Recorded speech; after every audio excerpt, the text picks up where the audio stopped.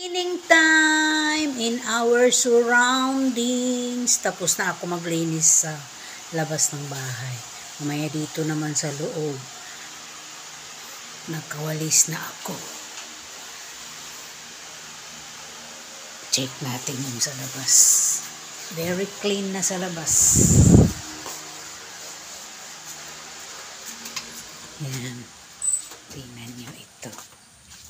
Yan. Yan. Oh. Diba? Malinis na. Nakahipos ang lahat ng mga basura. Tapos dito rin. Sa aming labasan. Ito lang ang aming labasan. Yan. Nakalinis na ako. Yan naman ako maglinis. Ganyan. Ito yung labas namin. Okay. So, diba? Malinis na. Pasok tayo sa loob.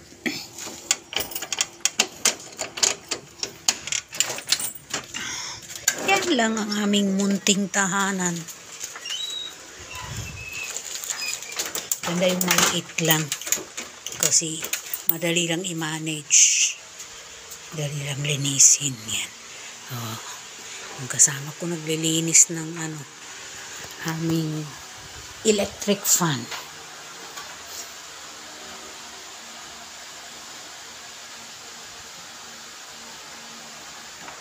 Okay. Mamaya, naglinis din ako dito sa loob. Dito sa loob ng aming kwarto. Yan. Walisan ko yan. Linisan ko yan. Yung mga sabit-sabit na yan. Okay.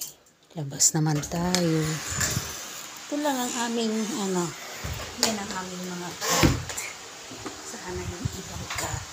Pumunta na sa taas. Isa lang natira. Okay. Yan.